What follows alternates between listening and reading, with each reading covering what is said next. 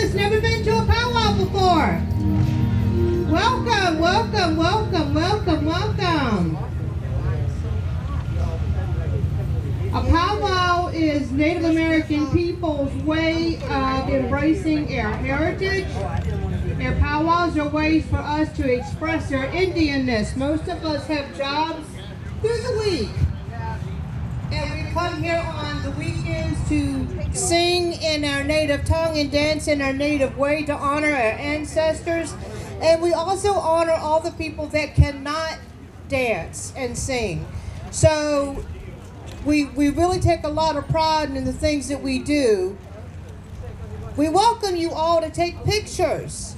Take as many pictures as you like. There will be times, possibly during the powwow, when pictures will not be allowed, and we will notify you if that occurs. It will only happen during certain times during the powwow. But please respect that. If we ask you to put down your camera, please do so. We're asking for a reason. And the main reason is during a very spiritual time, and we really don't allow cameras to be run during those times when those type of things happen. But I do encourage you to take as many pictures as you like. If you want to come upon a dancer or take a picture of him individually or her, please ask before snapping the photo. He still likes to bark those commands. Are we ready? All righty, everybody stand, headgear off, medicine horse. Give us a good song for grand entry.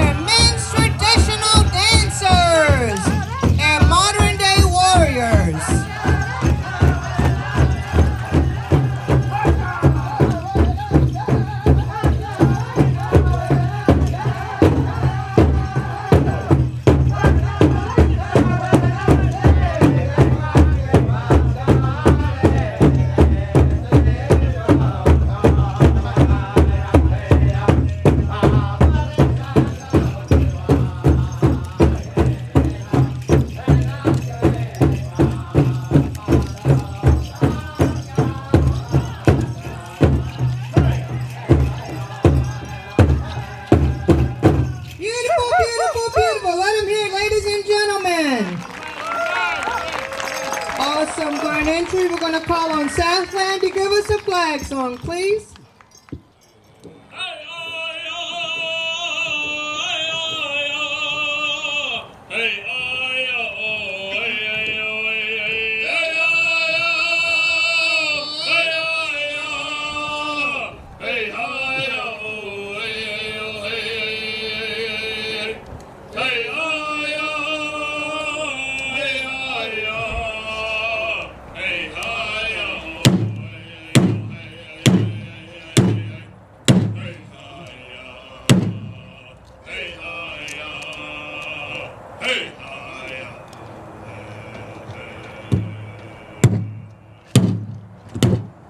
Post colors.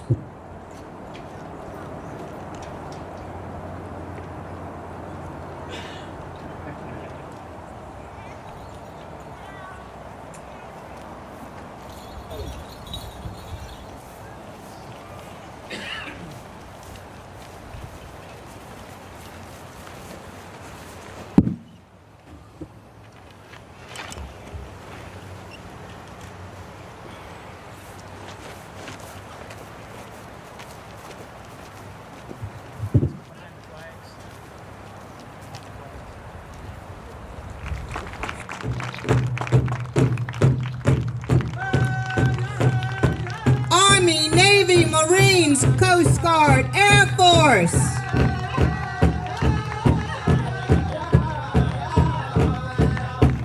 We ask all of you to come forward so that we may honor you and say very simply, thank you, thank you, thank you.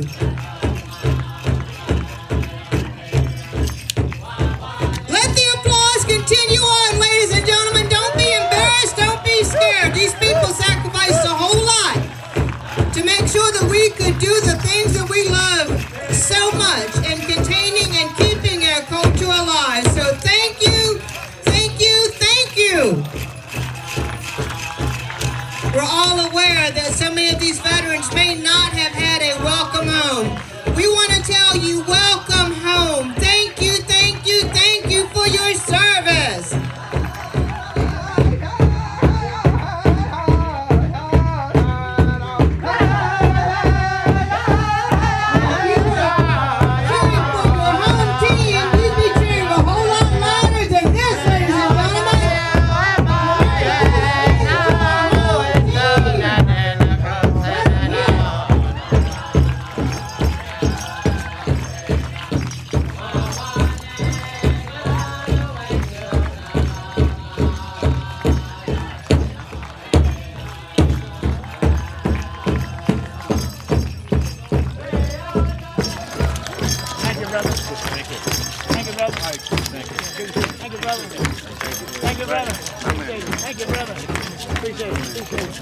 Thank you, brother. Thank you, sister. Thank you, sister.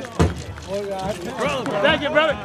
Every time you here, I'm so glad to see you. Thank you, brother. Appreciate it. Thank you, brother. I like that bow, man. Thank you, brother. Thank you, brother. Thank you, sister. Good morning. Wakwa Santitan.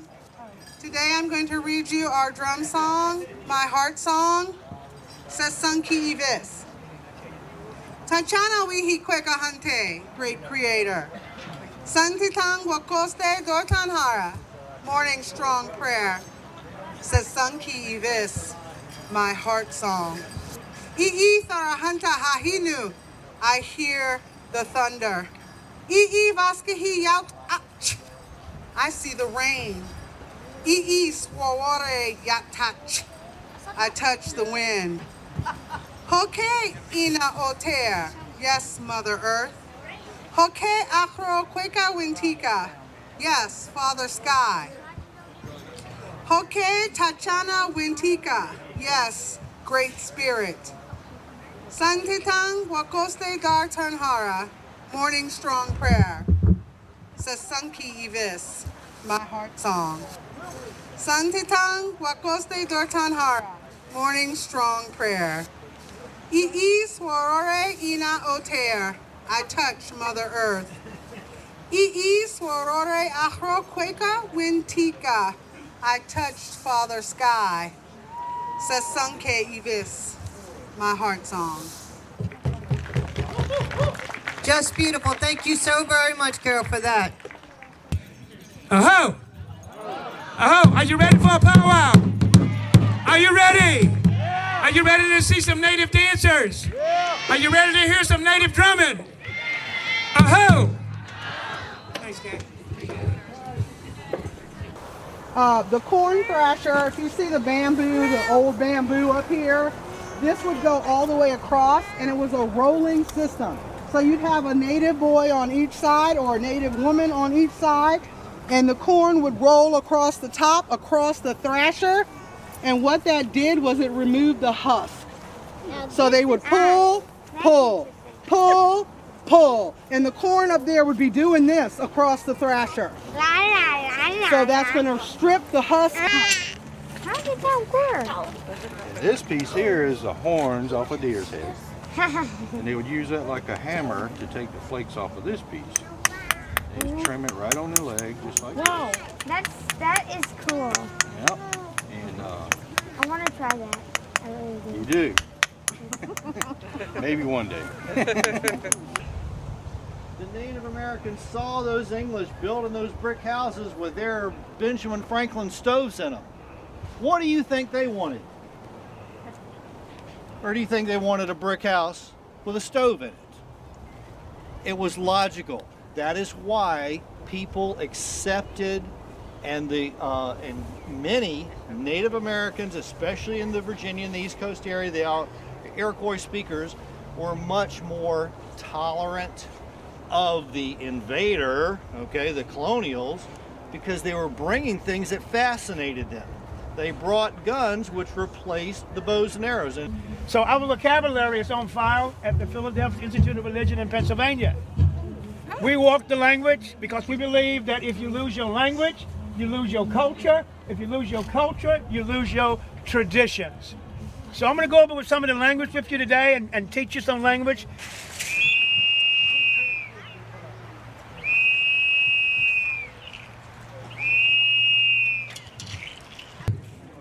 We wanna begin with a very special dance. We have a dance we call the dance of the Nawioli. There's a mandatory dance we have to begin with every single time when we perform in a ceremony, in a tradition, or just in a presentation. We are Mexica, or you know us as Aztec Indians. We come from what is now considered the part of Mexico, Mictlantecuhtli, which is now part of what you call America. And from within there, we come from the part that is called Mexico. We still live in our indigenous land. We never left our land. And today, it is Mexico Tenochtitlan is one of the largest cities in the world. It's known as today as Mexico City.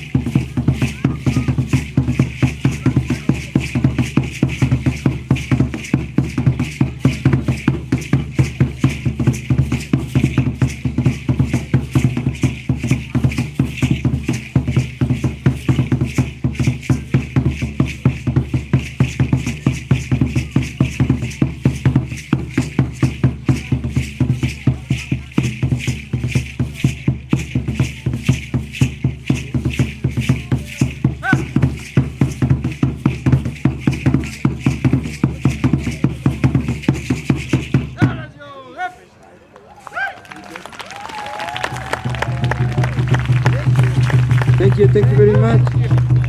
Thank you. Oh, I'm still holding on to it. Thank you, man. Thank you. Thank you. Thank you. Thank you. Thank you.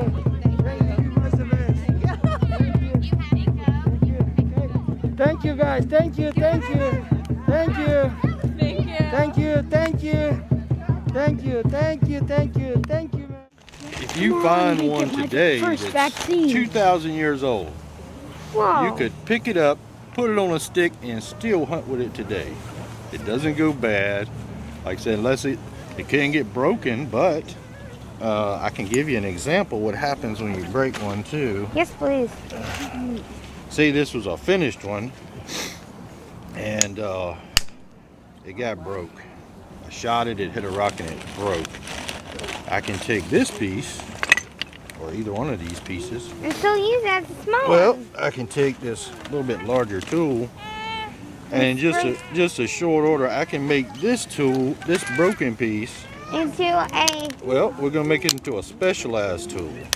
Whoa. And all I'm gonna do is take flakes from one side and I make hope we can make a little half moon shape in the side of this piece of broken piece. Cool. See, I made a little curved notch in there. I see that. And what this would be used for, I don't have an arrow with me, but we'll say this is an arrow shaft, like for your arrows. And that would be used as a spoke shave. You see the stuff scraping off of there? Yeah, I see that stuff. So that'd be used to smooth and round your arrow shafts to get them ready to make arrows This with. is very cool. Like I said, these artifacts in front of you date back as far as 12,000 BC and as early as 1700 AD. They all come from this localized Virginia area. It's made out of stone. Now you saw Stan back there doing the flint knapping. All right, those ancient Indians took and made these tools just like Stan was doing it back there. You know, so in here we have Clovis points over here, 12,000 BC, as I said. These items in the center were used as jewelry. They take and put rawhide through the holes and string it around their necks. These little small triangular pieces over here are your true arrowheads. That is what was shot from the bow and arrow, okay? The rest of them are knives, scrapers, spear points, and those kinds of things. These items in here are ground working tools, and they're celts for woodworking, and these are axes here in the front. I have a small collection of pipes here that date back to the late 1800s. Here's some shark's teeth in here, and these are different types of tools, spear points, and whatever that the Indians made a very long time ago. Now, I want you to greet our chief when we go there in Iroquois. So repeat after me. Wakwast Sunti Tung. That means good morning. Okay? Okay, when I say D-shoe, you say star. When I say star, you say D-shoe. D-shoe. Star. Star. D-shoe. D-shoe. Star. Star. D-shoe. You guys are pretty good. You're pretty good. Now, Right now it's got a little rain in it, but what they would do is they would take the log and bring it down. They would actually burn it because as the wood charred, it got softer and they could dig it out. So it was called a dugout canoe because that's what they did. Y'all can stay on the front side. They would take the shells after the burning. Sorry for the water. But after it was burned, they could take the shell and scrape and dig. And that is how they would make the canoe. Imagine how long it took to make a canoe. Maybe 500 years. Not that long. But 15. Yeah, maybe. Maybe. I'd say at least a good year at least. the true name of my people is Cheroenhaka. Who can say it with me? Cheroenhaka. Cheroenhaka. It means people at the fork of the stream. Where the two rivers, the Blackwater River and the Nottoway River, come together to form the Cheroen River. In that fork were three villages, Cheroenhaka, Tanatara, and Rewante. That's one of the reasons why we named our village Cheroenhaka, because that's an actual name of a Cheroenhaka Nottoway Indian village. But a lot of people are not aware that we are the only tribe in Virginia that ever had a standalone treaty with the Crown of England. In that particular treaty, we were relocated from what is now Sussex County into Southampton County, and in 1705, we had been granted 41,000 acres of reservation land here in what is now Southampton County, part of Isle of Wight, and part of Sussex County. 41,000. We were granted by the House of Burgess in 1705. That property began to be sold off in August of 1735.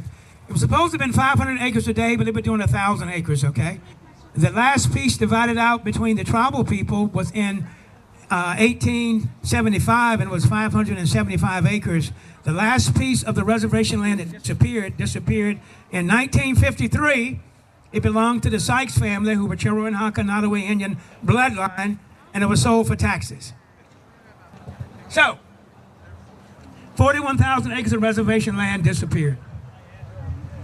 Now we have 263 acres. We're in the process of trying to put up a culture center and museum, a Native American worship center, and a wellness center. You may have seen the 4x8 sign when you came in off of Catasauqua Drive on the left-hand side. We're in the process of trying to raise $1.2 million so we can build that. We have something like maybe, I don't know, 2,500 to 3,000 pieces of artifacts that we want to put into the museum. Okay, that's going to be points, arrows, scrapers, knives, etc. So let me share this with you. In 1965, 66, and 69, there were 131 skeletal remains of our ancestors dug up where the hand site is off 671 General Thomas Highway, and those of you from Southampton County know where that's located. 131 skeletal remains of my people were taken out of the ground, taken to the Smithsonian in Washington, D.C., and their bones are laying in shoe boxes at the Smithsonian. How would you like for somebody to go into your family cemetery, dig up your ancestors, and take them someplace and put them in a shoebox? The third time I went to the Smithsonian, they had transferred the skeletal remains to a museum in Suitland, Maryland. So I went there and took my friend George with me, and we talked about it. 3 months later, we get a letter saying, okay, you can get the skeletal remains back. Woo-hoo!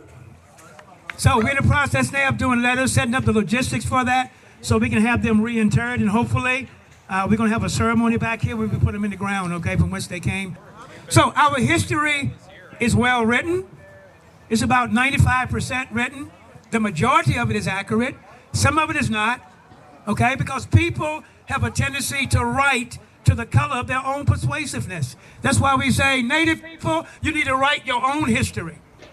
That's why when you go to my website, if you Google my name, Chief Walt Red Hawk Brown, the website comes up, and it's a drop-down menu. If you go to Tribal History and click on the ethno-historic snapshot of the Cheroenhaka Nottoway Indians, it would take you from 700 AD to the current time. Short bulletized sentences, okay, with all the history. Easy reading. It's about 22 pages. I would recommend you read that if you're interested in Native history, especially the Cheroenhaka Nottoway Indian tribe. So, here we are. We're standing here. We're proud to be here. We were first, not second, not last. We were the first people in this country, okay? I don't know if we came across the Bering Strait, as some of my historians say, when the continents were hooked up together. I don't know. All I know is before anybody came here, before any colonial came, before any Viking came, we were already here. And that's what people need to remember, that we were first and that we're still here. 1851. What century is that? Is that the 19th century? Of course it's the 19th century. Okay? So we say, if in the 19th century, we're in what, now, the 21st century? If in the 19th century, the Commonwealth of Virginia recognized us as a tribe, and surely the Commonwealth of Virginia is a part of the federal government. And there's never been any act, policy, or law to negate our tribal status. Why is it that people say, you need to prove to us that you are a tribe? Why? Why are we the only ethnicity in this country that have to prove who we are? Why? When the writers of the colonials have written to say who we are, why do we have to prove? But that's what we attack with. Well, you don't look Indian. Prove to me you're Indian. Well, if I come up to a white person and say, prove to me you're white. If I come up to an African American or a black person and say, prove to me you're black. We're the only race of people that's confronted with that. Nobody else. Why? Do they think we're going to take all the land back? I don't know. A bunch of land out west is being given back now because it was taken illegally. But anyway, we are here, and I say this. We walk the sacred circle of life. And we are making our tracks deep. You know why? Because we walk the sacred circle of life so that there'll be some good tracks for those that come after us, our children, to follow in. And that's what you have to do. Talk to your kids, tell them about your history, tell them about your lineage, because when you walk on, because one day everybody's going to walk on, they will have something to grip with, to hang on to, about who they are. Don't leave them in the dark. And that's why we share our history. That's why we share it passionately, because we don't want to leave our people in the dark. We want them to know who we are, where we are, and that we're still here. Aho. In our Iroquois language, I'll leave you with this in our Iroquois language. Kwekahante, ii sanki tarahanta, Creator, my heart is here. Kwekahante, ii sanki vasfiki, Creator, my heart is seen. Kwekahante, ii sanki vasfika, Creator, my heart is spoken. Woo, woo, woo. Aho. Thank you.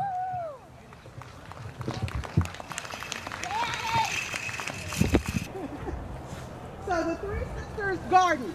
Who knew what the Three Sisters Garden is? Who knows? Anybody? I see a hand. Go ahead. Corn? Yes? Squash? Yes? Beans? Yes. Okay. So, we grew our garden. We dug a hole, put a fish in, made a mound. In the mound, the corn seed went in the middle.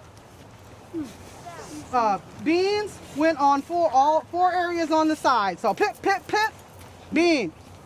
On the ground, pip, pip, pip, pip, all around the mound, squash seed.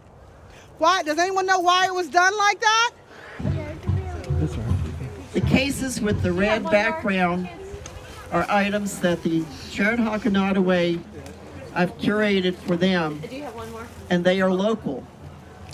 They are from the Franklin area, Southampton County area, and areas where tribal villages were known to be. Arena director has a bustle on his back. He also has a roach on his head. Some dancers will have what they call a feather that dances in that with the rocker, but he does not, but he can still rock that roach, right, coaches? I didn't say your rump, I said the roach. He also has on a breastplate. Okay. But anyway, it's been a pleasure. I'm so glad you came, and I hope you had a chance to enjoy the village and get some of the history. You got a chance to read some of the walking trail signs in our Iroquois language and in language. We have 15 miles of walking trails out here. Okay. There's a walking trail that goes all the way around. There's another walking trail that goes back to 3 ponds that we got back there.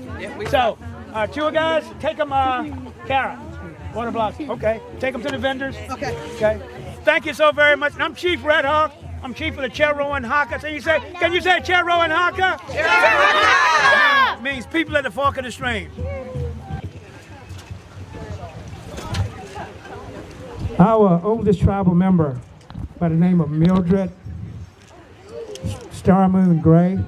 She was 103 years old, and she passed recently.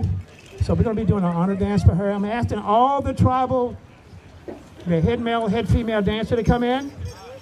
And we're going to do an honor dance in remembrance of her. She shared a lot of great history. Okay, she's on the Cutler line. Matter of fact, my mother's great-grandfather, Curtis Cutler, and her grandfather, Tom Cutler, were brothers. Okay? And their genealogy goes back to, all the way back to William Cutler, who fought in the War of 1812. As a fifer in Blow's Regiment in Southampton County, and his father was Jonathan Cutler, who we're working now because we believe that he was in the Revolutionary War, and he was from Hingham, Massachusetts, and came here, was mustered out in Yorktown. But he was married to a purebred Cheroenhaka Nottoway Indian by the name of America, and she's from that line, okay? But anyway, this is her daughter here. I'm going to let you say a few words before we do the honor dance, okay? Please.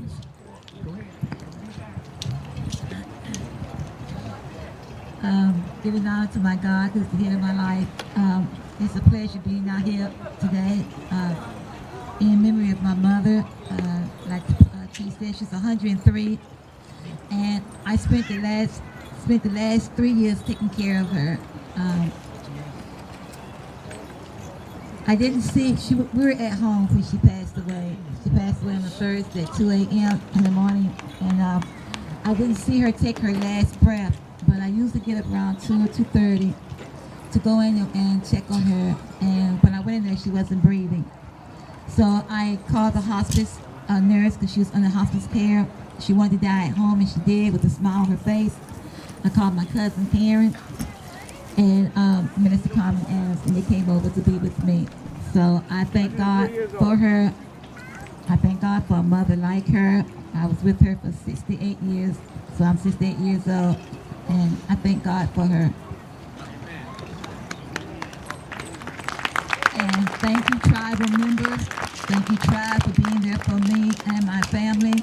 And thank you for welcoming us in the tribe.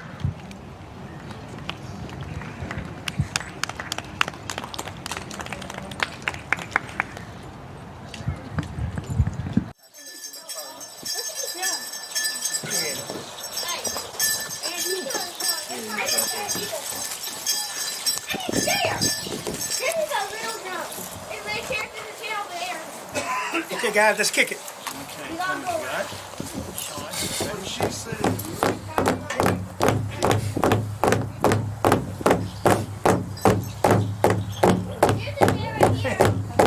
Yeah.